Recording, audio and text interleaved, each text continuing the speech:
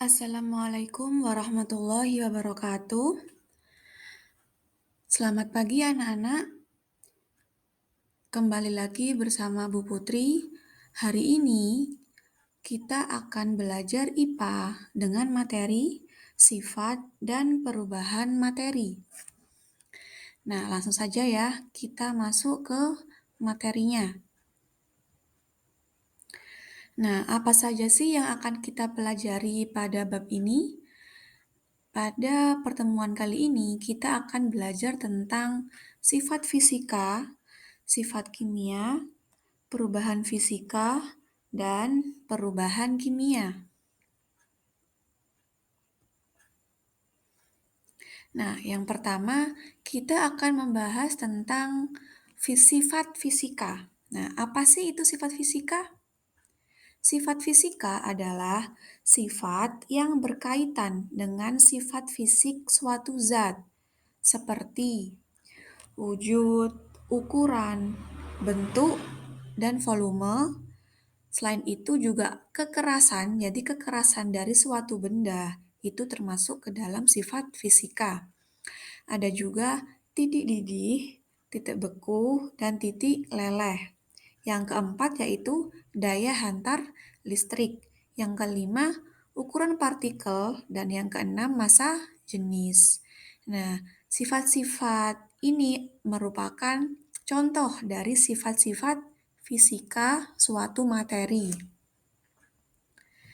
Nah, apa saja sih contoh sifat fisika yang dapat dimanfaatkan dalam kehidupan sehari-hari? Nih, Bu Putri memberi satu contoh ya. Misalkan, nah, ada unsur aluminium di sini. Aluminium ini seperti yang kita tahu, dia bersifat dapat menghantarkan panas dengan baik. Ya, jadi aluminium ini bisa menghantarkan panas dengan baik. Sehingga aluminium ini sering digunakan sebagai bahan untuk peralatan masak. Seperti ini, teflon atau wajan, panci. Nah, kalau kalian perhatikan peralatan masak ibu kalian di dapur, sebagian besar terbuat dari aluminium karena aluminium ini dapat menghantarkan panas dengan baik. Nah, selanjutnya kita akan mempelajari tentang sifat kimia. Apa sih itu sifat kimia? Sifat kimia adalah kesanggupan suatu zat untuk mengadakan reaksi kimia sehingga terjadi perubahan. Contohnya seperti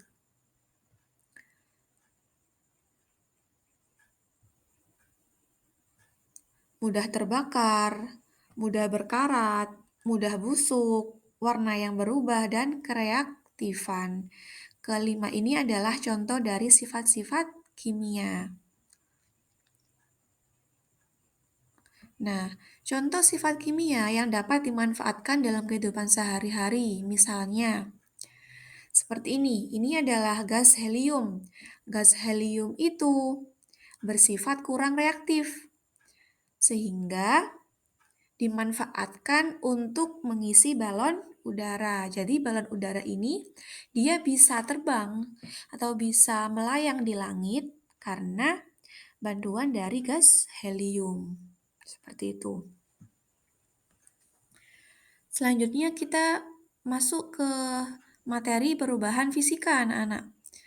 Nah, perubahan fisika adalah perubahan materi yang tidak disertai dengan pembentukan zat baru. Nah, ini ya yang harus ditekankan di sini adalah tidak disertai dengan pembentukan zat baru.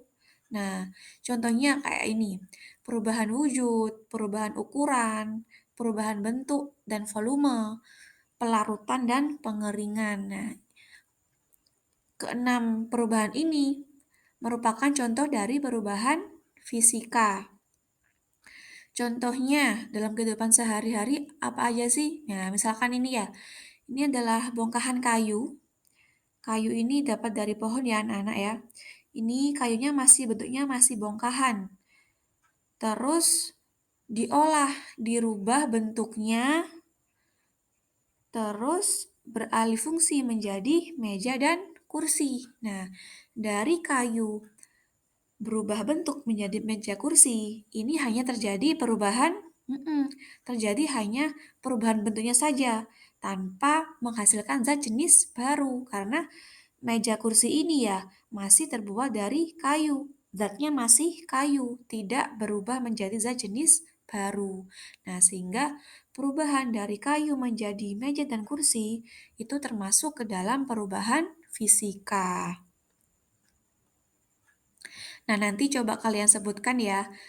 Kalian sebutkan perubahan-perubahan fisika dalam kehidupan sehari-hari yang sering kalian jumpai, selain dari yang Ibu contohkan ini.